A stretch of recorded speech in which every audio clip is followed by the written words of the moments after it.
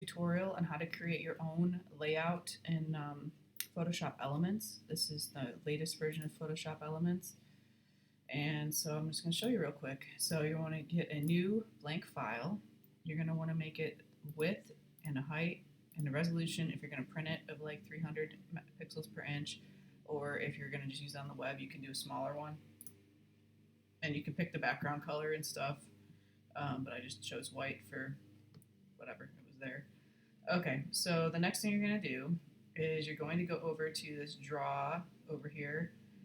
This is a shape tool. You can make custom shapes, any kind of crazy shapes that you want, or you could just do your typical rounded rectangle, circles, stuff like that. I typically use the rounded rectangle.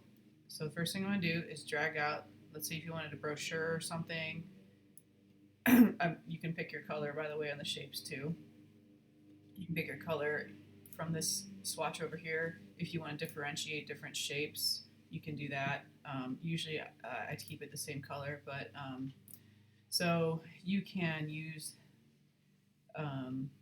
this button to select. This is the select button, so you're going to select it. If you want to just copy and continue to copy the same shape over and over again, you'll hit Command J to do that, and you just drag over your new shape, or you can hit Control J if you use a Windows machine. And so you can just resize them. If you don't want one, you can click it and delete it.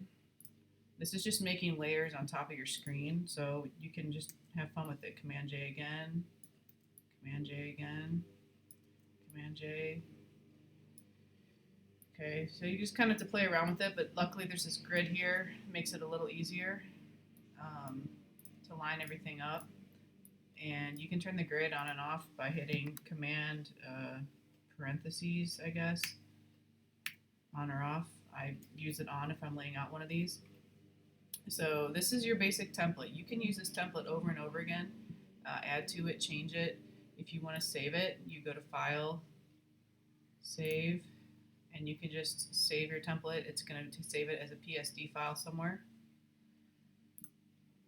And then you can just find it again, and if you have the same template you need but different pictures, then you can do that. Now you go to the photo bin next. This is where your pictures are all going to show up. I'm going to open some pictures, just random. These are like some just old pictures.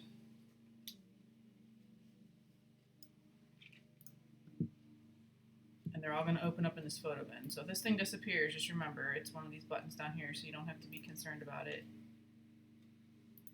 There's a layout tool here. I don't know what that is, but that's worth exploring. But this is an older. I learned this on an older version, so I'm just going to show you the way that I know how to do it.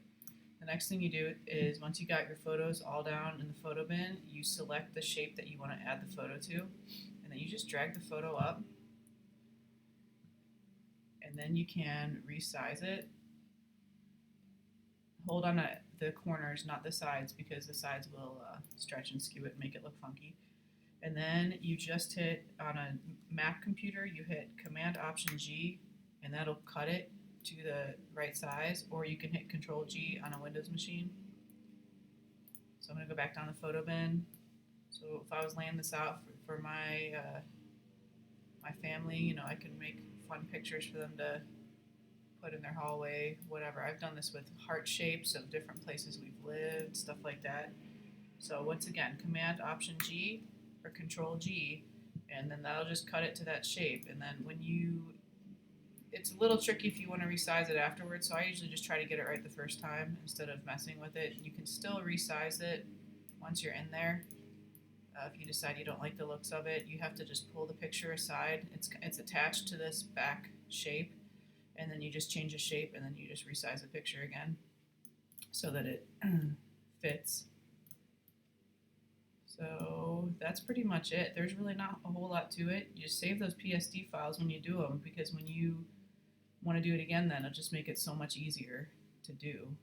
So once again, I selected a shape, I pulled the picture up that I wanted, I just dragged it.